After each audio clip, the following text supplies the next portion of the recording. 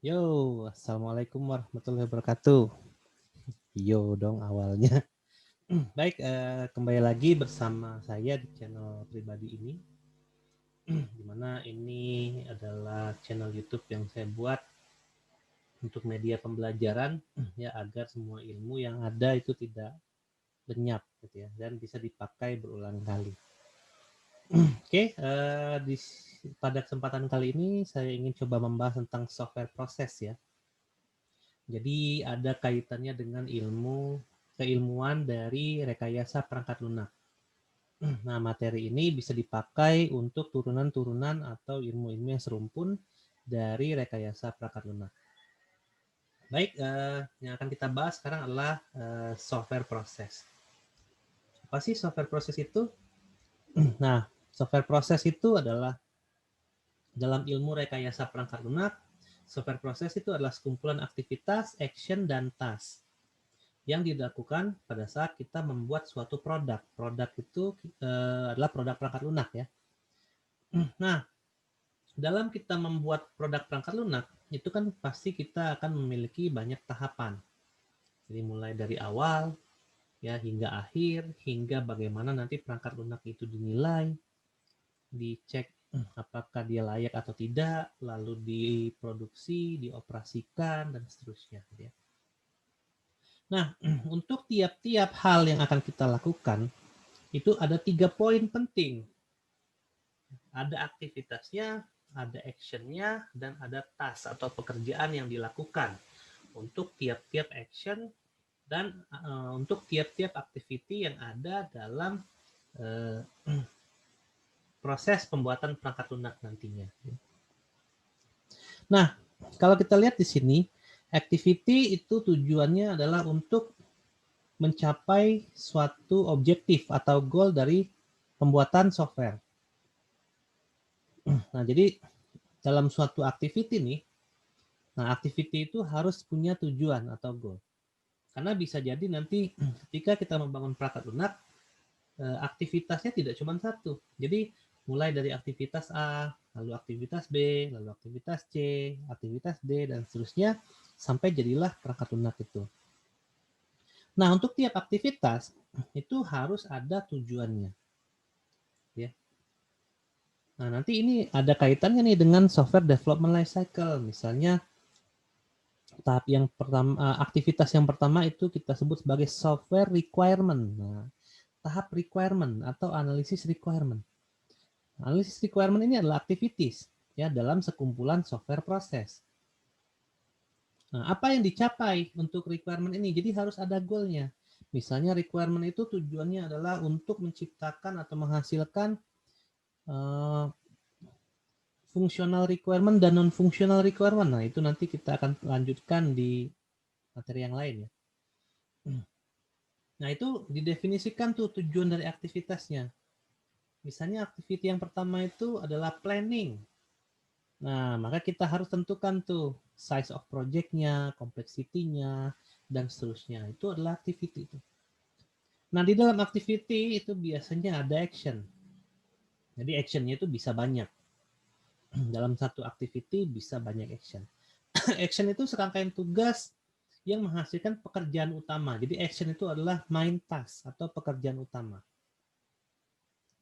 Nah, kalau kita berbicara tentang task, nanti task itu berarti dari action gitu ya. Jadi itu seperti visi dan misi lah gitu ya.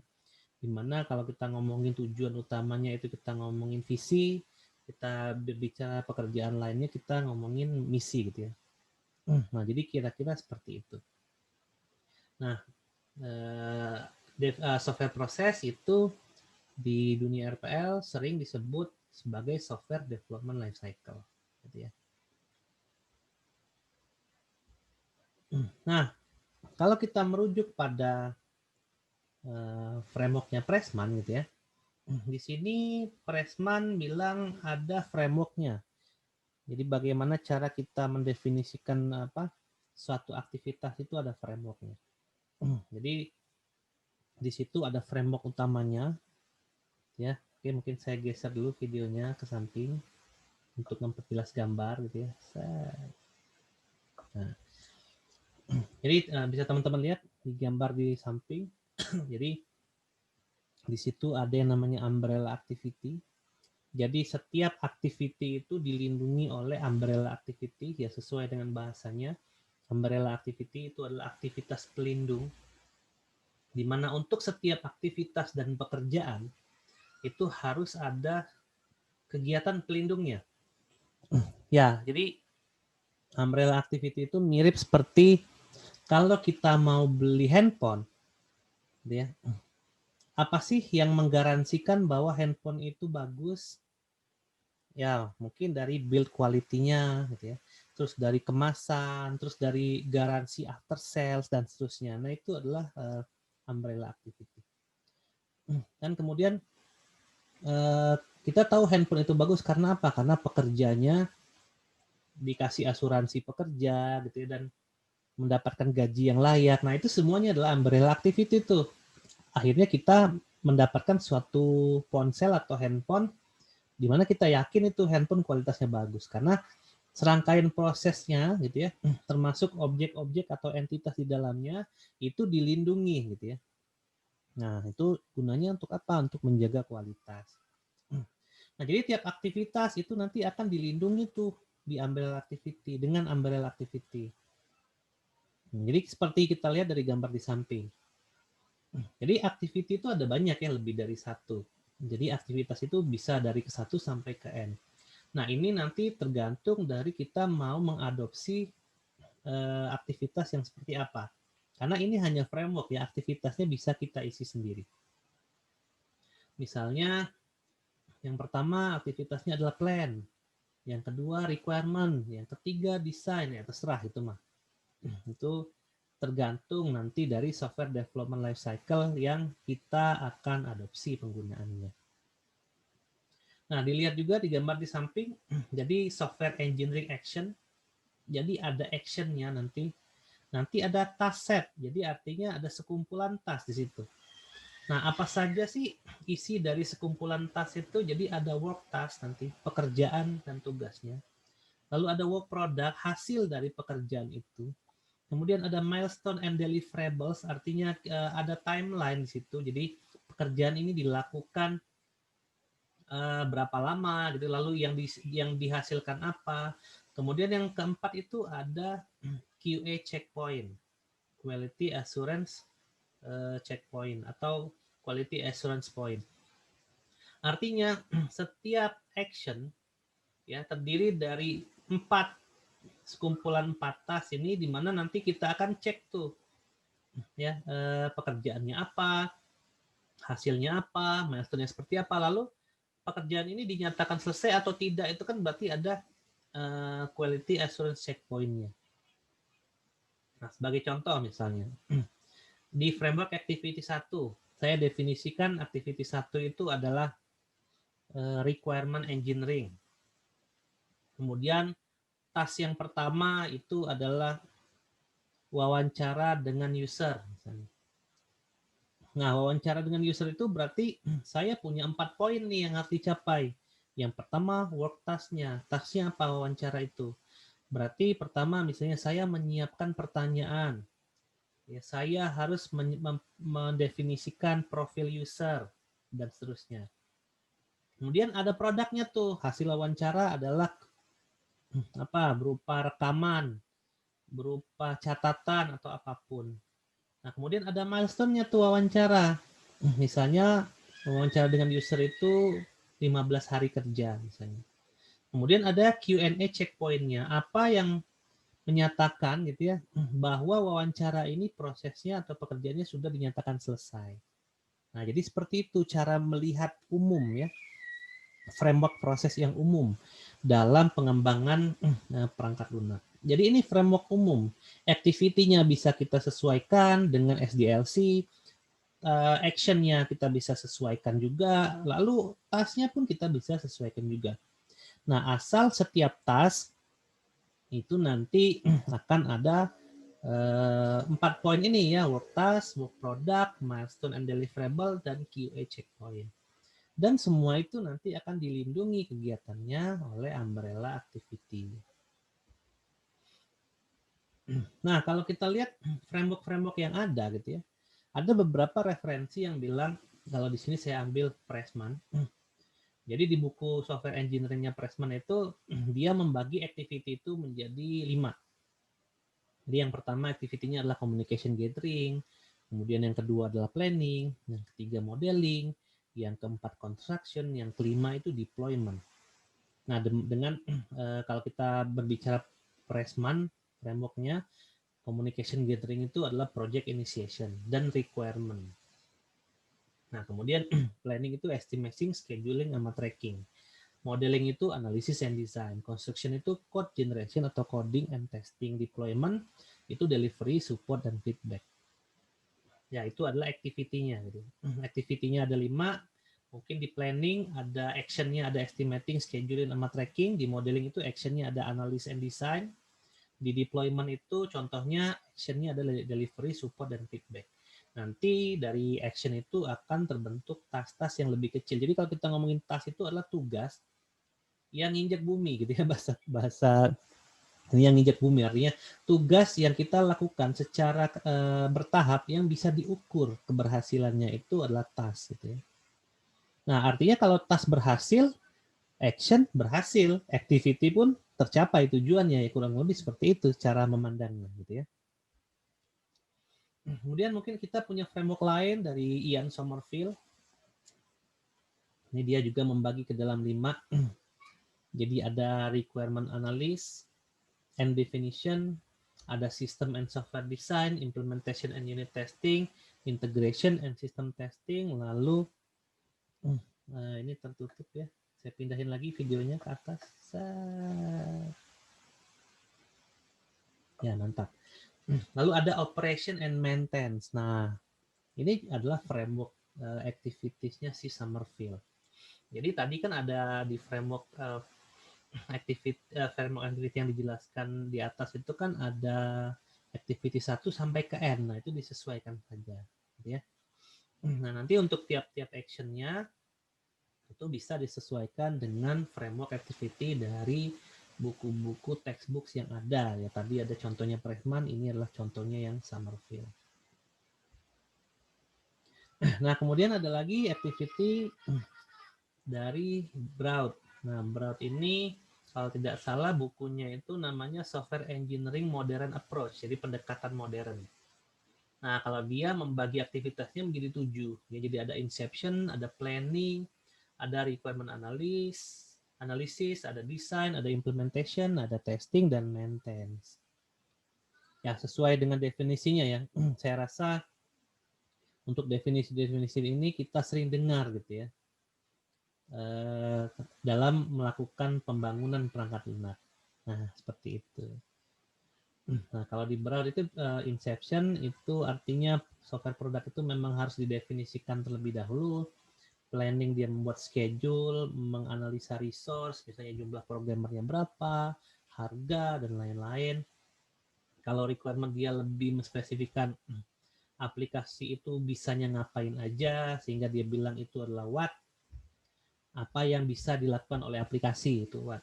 Kemudian desain dispesifikasikan bagaimana dia bekerja, makanya di situ dia bilang how. Kemudian implementasi itu write the code, ya testing itu mengeksekusi aplikasi dengan test data. Kemudian maintenance itu adalah kegiatan repair defect atau memperbaiki kesalahan dan mentuning kapabilitas daripada software agar software itu bisa dipakai dengan baik. Oke, jadi seperti itu.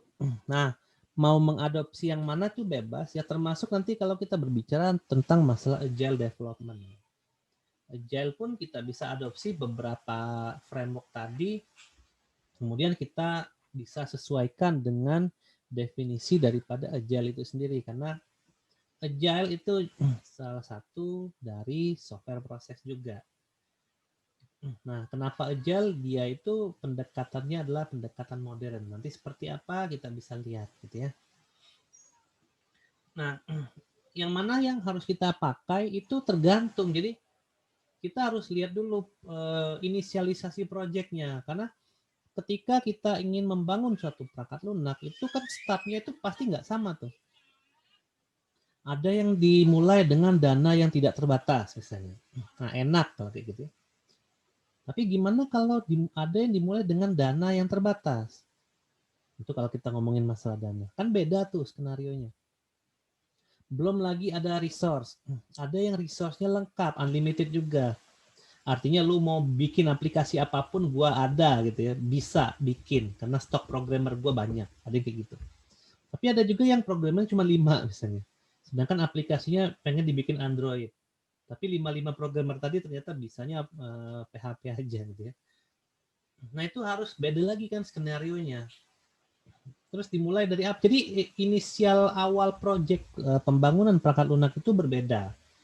Nah, kemudian kalau kita udah dapat kesimpulan, baru kita tentukan software proses apa yang akan kita ambil untuk mengeksekusi project yang sudah ada ini. Ya. Jadi semuanya baik, asal tergantung dengan kondisi. Karena perlu diingat dan perlu ditekankan bahwa awal dari project itu startnya berbeda. Nah, kita harus sadari itu dulu, gitu ya. Nah, terus ada yang tadi umbrella activity, yaitu kegiatan pelindung, aktivitas pelindung. Nah, kalau kita mengacu pada Pressman, ini sebenarnya beririsan ya dengan buku-buku textbook yang lain, tapi saya ambil Pressman aja. Ada beberapa hal nih yang kaitannya dengan umbrella activity. Jadi yang pertama itu adalah software project tracking and control. Jadi bagaimana caranya agar apa yang dilakukan oleh tim pembangun perangkat lunak itu bisa dilihat progresnya. Ya. Lalu apabila ada progres yang tidak bisa dilakukan atau tidak tercapai, kita bisa tahu apa yang harus kita lakukan berikutnya. Gitu. Jadi software project tracking and control ini adalah salah satu poin dari umbrella activity. Kemudian yang kedua ada risk management. Ya, kita harus bisa memanajemen resiko. Karena yang namanya proyek pembangunan perangkat lunak, walaupun berbeda ya dengan proyek pembangunan jembatan atau pembangunan gedung, tetap ada resikonya. Gitu ya. Resikonya seperti apa? Macam-macam. Resiko kematian ada nggak? Ada aja gitu ya. Misalnya tuh programmer 5 hari disuruh begadang, nggak tidur-tidur ya mati juga gitu ya. Ya, walaupun programmer tidak dilengkapi dengan pakaian pelindung seperti helm pelindung atau pakaian anti api seperti itu gitu ya. Namun yang namanya resiko tetap ada. Nah, itu yang harus kita manage. Apa aja resikonya? Ya bisa didefinisikan di akhir, di awal, di tengah, gitu ya. Kita bisa definisikan itu di awal project atau di tengah project. Di akhir boleh nggak? Boleh aja, karena resiko di akhir itu biasanya adalah resiko mengenai operasional dan maintenance. Nah, didefinisikan dulu. Kemudian yang ketiga itu adalah software quality assurance. Nah, ini garansi gitu ya. Jadi kita harus mempersiapkan poin-poin apa saja yang menyatakan bahwa software kita ini layak untuk dijual kalau product base, atau layak untuk dioperasikan itu kalau yang custom, artinya permintaan user. Nah, ini ada ilmunya nih ya, software quality assurance, dan kita akan bahas nanti. Kemudian ada technical review. Nah, di sini berguna untuk assessment. Ya, assessment seperti apa? Mengenai tugas-tugas yang dikerjakan oleh para software engineer. Software engineer itu macam-macam ya. Programmer salah satunya. Jadi sistem analis itu juga software engineer. Tester, DB database administrator, dan seterusnya itu adalah software engineer. Jadi itu tim. Jadi software engineers itu adalah tim nanti yang akan mengeksekusi suatu project perangkat lunak. Nah, ada technical review-nya. Harus ada technical review. Jadi kalau kita udah ngomongin technical review itu berarti kita harus review secara teknis. Misalnya kita ingin melihat bagaimana kinerja programmer kita lihat kodenya. Kita lihat kodenya. Apakah dibuat dengan aturan yang benar atau tidak. Jangan sampai nanti programmer kita nakal sehingga kode-kode itu dia manipulasi gitu ya. Sehingga mengirimkan data misalnya ke tempat lain. Nah, itu perlu tuh technical review itu perlu. Jadi jangan memantau project itu jangan cuma ngomong doang, jangan cuma oh iya lanjutkan atau sip, jangan gitu ya. Nah, tetap harus ada technical review. Kemudian harus ada measurement, yaitu pengukuran. Nah, setiap tahapan dari proses pembangunan perangkat lunak itu harus terukur dengan baik. Misalnya, ketika kita ingin membuat suatu fungsi, kita harus tahu tuh fungsi itu nilainya berapa secara nominal uang. Nah, secara teknis manusia programmer yang ngerjainnya berapa misalnya. Secara waktu berapa lama dan seterusnya. Jadi harus ada pengukuran yang jelas gitu ya untuk tiap-tiap proses yang dilakukan saat kita membangun suatu perangkat lunak. Ya, itu harus jelas gitu ya. Nggak bisa cuman kira-kira atau pencenahannya, nggak bisa, harus jelas. Kemudian ada software configuration management. Nah, itu berarti kita akan coba untuk bagaimana caranya saat kita membangun perangkat lunak itu kita bisa beradaptasi dengan baik terhadap perubahan-perubahan yang ada. Karena kalau kita ngomongin perubahan, tidak hanya berbicara perubahan fitur atau fungsi. Bisa jadi merubah struktur tim, merubah schedule, gitu ya, dan seterusnya. Ya, gimana perubahan itu kita bisa atur ya di dalam software configuration management. Kemudian ada reusability management. Jadi kita harus bisa menggunakan legacy dari pekerjaan-pekerjaan yang pernah kita lakukan sebelumnya agar bisa membuat pekerjaan yang kita lakukan itu lebih efektif dan efisien. Misal, kita pernah nih bikin aplikasi buat kampus A dulunya. Kemudian 2 tahun kemudian kita buat aplikasi untuk kampus B. Artinya kan kita tidak perlu membuat itu dari awal. Nah, tapi kampus A dan kampus B itu pasti memiliki perbedaan. Nah, yang mana saja legacy yang bisa kita pakai, nah itu harus kita atur di dalam poin reusability management ini. Nah, yang terakhir itu adalah work product preparation and production. Nah, di sini kita harus lengkap ya. Apa lengkapnya? Kemasan. Nah, harus bagus kemasannya gitu ya.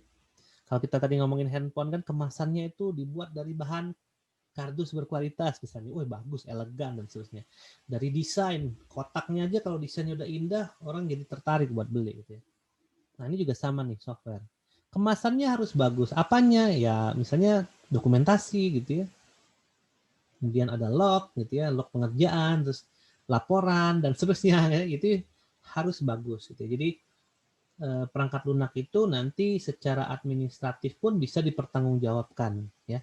Jadi kalau kita ingin melihat apakah perangkat lunak ini bagus dari sisi administratif, kita bisa pertanggungjawabkan di poin ini gitu ya. Nah, jadi inilah sekelompok yang kita namakan sebagai aktivitas pelindung atau umbrella activity. Nah, biasanya kegiatan inilah yang suka diremehkan atau yang suka tidak diperhatikan ya oleh para pembuat software. Ya, kalau orang di luar sana mungkin yang memang ilmunya udah bagus, mereka pasti memperhitungkan ini.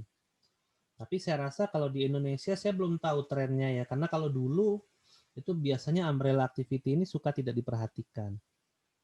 Ya termasuk tadi measurement tadi ya. Harusnya sih dalam pembuatan suatu project udah bisa dihitung tuh programmer itu berapa tuh pekerjaan yang tadi yang mau dihitung per jam atau per hari. Sehingga programmer itu tidak seharusnya menjadi menjadi momok yang menakutkan gitu. Jadi pengen jadi programmer tapi kok ngerinya kenapa? Kayaknya nggak tidur gitu ya, atau tidak punya kehidupan sosial gitu, dan lain-lain ya. Karena memang pekerjaannya itu seperti di push tapi nggak jelas. Ya orang harusnya kan nggak boleh programmernya itu jangan disuruh dia yang ngatur, dia itu kan pengeksekusi aja, eksekutor. Nah, aktivitas, action, task itu yang lain-lain itu diatur oleh project manager harusnya. Jadi project manager juga jangan cuma bisa sip, lanjutkan, enggak gitu ya. Secara penghasilan dia juga paling banyak, harusnya secara pekerjaan dia juga bisa melakukan pekerjaan dia dengan lebih baik gitu. Jadi bisa aja sih kita membuat suatu schedule, misalnya programmer tetap bekerjanya dari jam 8 sampai jam 5. Cuman ada capaian-capaiannya, misalnya per hari itu dia harus beres apa aja, itu bisa. Jadi programmer itu waktu-waktunya dia bisa habiskan buat keluarga, buat kesenangan dia juga gitu untuk melepas stres dan lain-lain gitu ya. Sehingga kehidupan menjadi programmer itu bukan menjadi kehidupan yang menakutkan. Tapi kalau di Indonesia kayaknya yang seperti itu kecil ya kemungkinannya. Jadi hanya minoritas organisasi yang bisa mengatur itu. Kebanyakan mayoritas kayaknya enggak gitu ya. Tapi jangan berkecil hati lah ya. Yang namanya informatika itu kita pekerjaannya tidak terkait batas geografis. Artinya kalau memang tidak cocok ya kita bisa ke negara lain gitu ya. Atau kita bisa ngapain gitu ya. Freelance, bikin perusahaan sendiri dan lain-lain. Ya, jadi seperti itu ya. Jadi ini adalah umbrella activity yang memang harus benar-benar diperhatikan karena inilah yang akan mempengaruhi kualitas dari perangkat lunak yang nantinya akan dibuat. Baik, itu saja mungkin untuk membahas software proses. Nanti selanjutnya kita akan bahas hal yang lain ya, yang mungkin lebih seru. Oke, itu saja mungkin dari saya. Jangan lupa ya bisa di komentar, bisa di like, subscribe, dan bisa diberi masukan gitu ya apabila ada pernyataan saya yang kurang tepat gitu dalam menyampaikan materi ini. Baik, saya pamit ya. Wassalamualaikum warahmatullahi wabarakatuh.